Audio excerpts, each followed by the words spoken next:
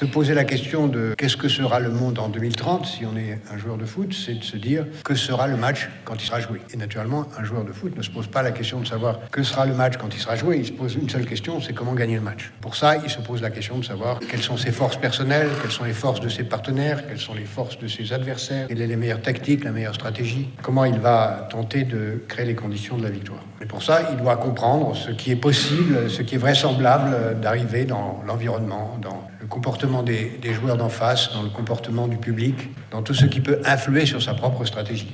L'utopie majeure. Moi, je veux être libre de faire ce que j'ai envie. Bien sûr, c'est une liberté tout à fait relative. On ne peut pas choisir de la date à laquelle on est, on ne peut pas choisir du milieu social dans lequel on est, on ne peut pas choisir beaucoup de choses, mais malgré tout, l'humanité, en tout cas l'Occident, s'est définie à partir du début du Xe siècle comme à la recherche de la liberté individuelle. Et c'est cette valeur-là qui, progressivement, s'est imposée sur toutes les autres. Pour les biens individuels, le mécanisme le plus intelligent, le plus sophistiqué, qui s'est progressivement installé, c'est le marché, permet de croire qu'on est libre de choisir ce qu'on veut sous les contraintes de la rareté. Et pour les biens collectifs, la procédure qui permet le mieux de croire qu'on est libre sous contraintes de rareté, pour la distribution des biens publics, c'est la démocratie. L'un et l'autre étant, je l'ai dit tout à l'heure, des formes extraordinairement sommaires de liberté, mais c'est le meilleur bricolage. Et vous avez fait assez de biologie pour savoir que la vie elle-même n'est qu'un bricolage entre deux formes de mort, entre la mort par le désordre extrême et la mort par l'ordre extrême. Et donc, progressivement, l'humanité invente, avec beaucoup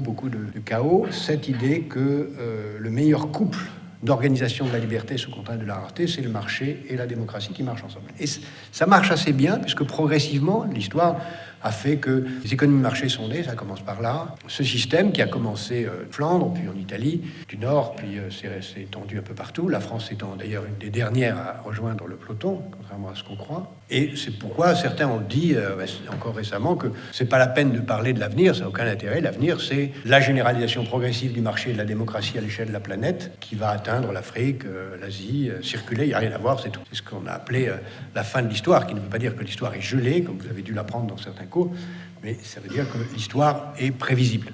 C'est que le marché, par nature, est sans frontières. Si je suis un acteur du marché, je n'accepte pas une frontière de territoire, c'est-à-dire je considère que j'ai le droit de faire des affaires de marché sur tous les domaines, y compris les domaines qui sont le sanctuaire de l'État. Je ne vois pas pourquoi on m'interdit de commercialiser l'éducation, la santé, la défense. Et sans frontières d'un point de vue géographique, le marchand n'est pas enfermé dans des frontières de territoire. Donc le marché, par nature, est mondial. Alors que la démocratie, elle, par nature, est locale. Elle suppose un territoire et des frontières. Et donc on se trouve dans cette contradiction entre un marché qui devient de plus en plus mondial dans tous ces domaines, qui devient de plus en plus total, au sens où il ne s'exclut de rien, et une règle de droit qui, si possible, est démocratique, mais même quand elle ne l'est pas, n'est que nationale. Et donc, par nature, ce choc-là fait que le marché est le lieu d'activités qui ne sont pas soumis à la règle de droit, qui sont soit illégales, soit, pire encore, criminelles, et qui se développent très largement, faute de capacité à installer un droit de propriété, une justice sociale, une police, une justice à l'échelle planétaire. Et on le voit par l'extraordinaire développement aujourd'hui, progressivement, de toutes les activités illégales, de la fiscalité qui n'est pas capable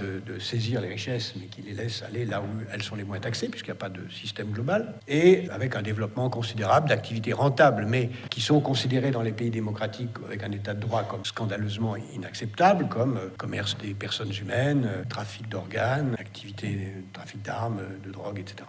Et donc, on se trouve progressivement dans une situation qui ressemble à quelque chose qu'on n'a jamais vu, c'est-à-dire un marché sans état de droit. Le seul exemple qu'on a à l'échelle de la planète d'un pays qui n'a pas d'état de droit depuis longtemps, c'est un pays qui, depuis 25 ans, n'a pas de gouvernement. Le gouvernement se trouve dans le pays voisin, la Somalie. Le gouvernement est assez courageux pour être installé au Kenya, et où on voit les bandes de toute nature s'opposer. Donc la mondialisation, c'est une somalisation de la planète. La dynamique dans laquelle nous sommes, c'est une dynamique de chaos. On a failli faire une mondialisation réussie, il y avait beaucoup de choses qui ressemblaient à la période d'aujourd'hui. Puis au dernier moment, on a pris peur, et puis on s'est refermé sur nous-mêmes, et ça a donné 1914, 1918, 1929, 1933, 1939, et on est sorti de ça qu'en 1989 avec la chute du mur de Berlin. Et si nous avons ce repli que le vertige d'un état de droit planétaire pourrait entraîner, parce que cet état de droit planétaire est nécessaire pour rendre humainement vivable le marché mondial, nous aurons un repli avec des conséquences encore plus gigantesques que cette époque. Le marché et la démocratie sont fondés, je l'ai dit tout à l'heure, sur une valeur unique qui est la liberté individuelle.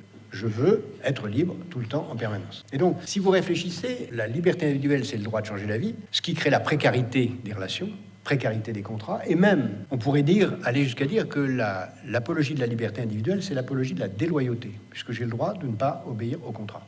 Où on voit les technologies non seulement changer très vite, mais être au service de ce moi maintenant tout de suite, changeant tout le temps. Les réseaux sociaux qui sont ni des réseaux ni sociaux, puisqu'ils sont des lieux de narcissisme masturbatoire juxtaposés, où chacun essaye de se mettre en valeur, mais en rien de participer à quelque chose avec l'autre, sont des exemples d'une technologie qui participe de cette précarité et de ce moi maintenant tout de suite sans cesse remis en cause. Dans l'idéologie, ça peut casser soit vers le mieux, on met en place un état de droit planétaire, et en même temps, au lieu de s'occuper seulement de soi-même, on s'occupe des générations suivantes, on passe d'un individualisme à une autre idéologie, mais on n'en reste pas là. Et là, aujourd'hui, nous sommes au milieu du gué. Sur le seul domaine sur lequel on a un petit peu de certitude, c'est la démographie. Et la démographie nous apprend, comme vous savez, qu'on va vers un monde de 9 milliards d'habitants, que la Chine va stagner, que l'Inde va devenir le premier pays du monde, que les États-Unis vont continuer à croître, que l'Europe va sans doute stagner au rythme actuel. Dans 40 ans, il y aura plus de Turcs que de Russes. Et à la fin du siècle, si les tendances continuent, mais naturellement elle continuera, il y aura moins de Chinois que de Nigérians. Naturellement, ces tendances seront certainement changées parce que quelque chose se passera, mais ça indique quand même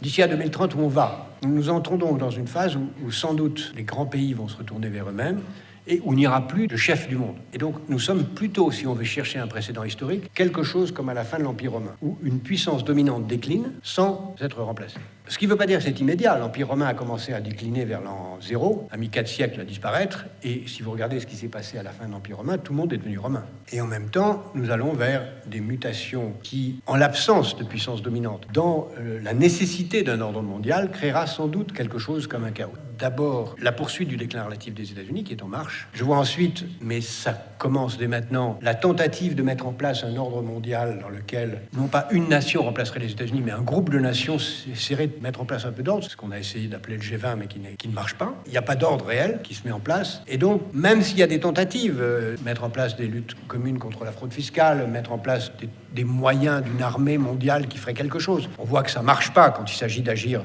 en Syrie, il n'y a personne. Quand il s'agit d'agir en Afrique de l'Ouest, il n'y a que la France. Il n'y a pas véritablement de moyens d'une police internationale. Il n'y a pas d'ordre sans police. Et il n'y a pas d'ordre démocratique sans une police appuyant sur un État démocratique. Donc on en est très loin. Donc cet ordre ne marchera pas. La troisième étape, qui est une fois et en même temps qu'on aura constaté que l'ordre politique ne marche pas, le plus vraisemblable, et c'est déjà en marche, ce sera un monde qui sera dominé par le marché. Où de plus en plus, le marché, les entreprises feront la loi. Et où ce seront les grandes entreprises qui détermineront le monde.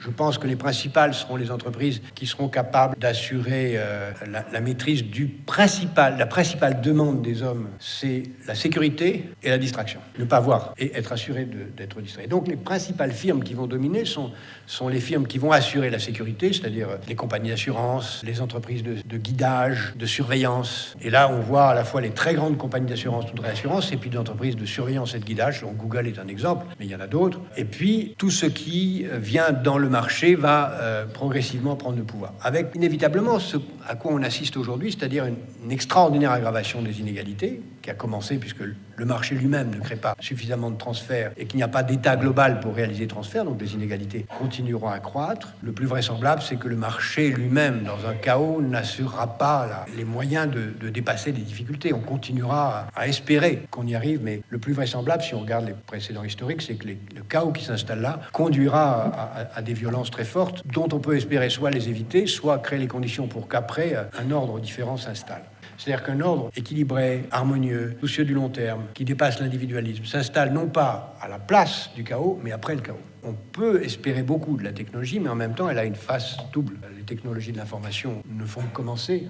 La loi de Moore est encore valable pour très longtemps. Puis au-delà de la loi de Moore, il y a beaucoup de choses qui s'annoncent, qui font que les capacités de calcul sont très loin de ce qu'on pouvait espérer, vont beaucoup plus loin, ce qui fait que non seulement ce qu'on a aujourd'hui, cloud computing, 3D, etc., sont là, mais au-delà, il y a beaucoup de choses qui vont apparaître. Je pense en particulier au web sémantique, c'est-à-dire la possibilité de dialoguer avec la machine en parlant le langage courant, qui va changer prodigieusement, complètement les métiers de l'enseignement. l'enseignement, les métiers de la santé, les métiers du conseil, les métiers de l'État, les biotechnologies qui conduisent progressivement à créer une marchandisation de l'artefact humain, ce qu'on appelle les transhumains dans certains discours de science-fiction, mais qui correspond à des choses qui sont tout à fait prévisibles. C'est-à-dire que la santé devient, avant l'éducation, le principal secteur de croissance, parce qu'il est le lieu à la fois d'une forte croissance des besoins, mais en même temps d'une forte croissance de la possibilité de son industrialisation par l'émergence de technologies adaptées, jusque et y compris le clonage qui est une affaire de quelques décennies. Et l'homme va, au fond, on peut décrire dans ce cas-là l'histoire comme une longue évolution de l'homme à la machine, où l'homme se transforme lui-même en machine ou en objet marchand,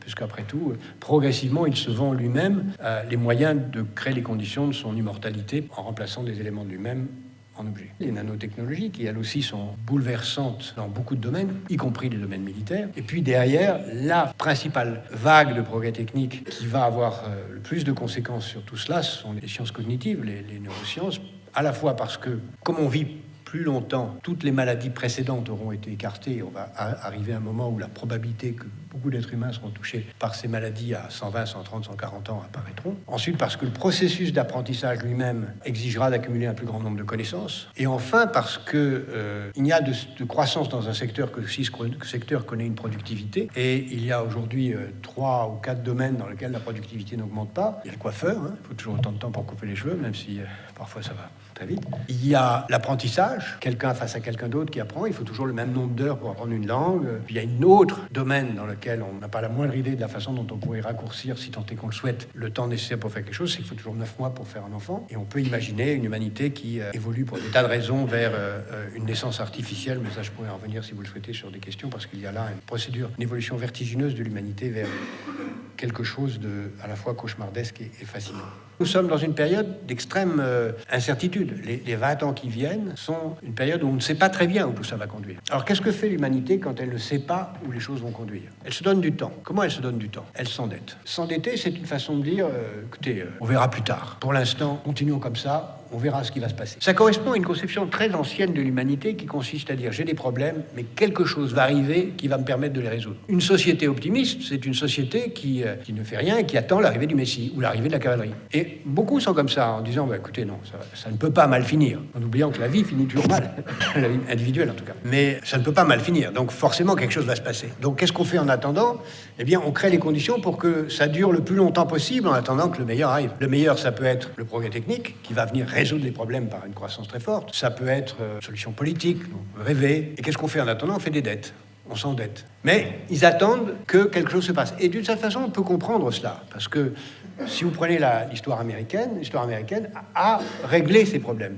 L'histoire américaine, à plusieurs reprises, s'est trouvée au bord de la catastrophe. Ne serait-ce que 1945, en sortant de la guerre, l'Amérique était au bord du chaos. Elle avait une dette publique bien plus élevée qu'aujourd'hui. Puis, pof, progrès technique, elle est sortie. 1980, l'Amérique était au bord de la catastrophe. Tout le monde disait que c'était la fin de l'Amérique. Et microprocesseurs, l'Amérique est sortie des difficultés. Donc l'idée que quelque chose peut arriver qui peut nous en sortir et qu'il suffit de prendre le temps de serrer les dents et d'attendre, c'est pas une idée invraisemblable. Mais ça ne suffit pas. Il faut créer les conditions pour que ça arrive. Aujourd'hui, c'est dans ce pari dans lequel nous nous trouvons. Et ce pari, je ne pense pas qu'il puisse être gagné sans penser le monde un peu autrement. C'est-à-dire en se posant la question de savoir, au-delà de cet équilibre relatif, quel peut être le bon modèle de développement, quelles peuvent être les valeurs pour lesquelles il faut se battre, quelle est l'idéologie que le monde va choisir. Et certains le regardent un peu à travers le monde, disent écoutez, ce modèle est épouvantable, le seul qui vaille, c'est le modèle théologique, et je choisis le retour à l'éthique et à la fondamentalisme religion, comme dans toutes les religions, et c'est pourquoi on voit ce retour à une théologie qui a du sens comme refus des contradictions du marché de la démocratie dont je viens de parler,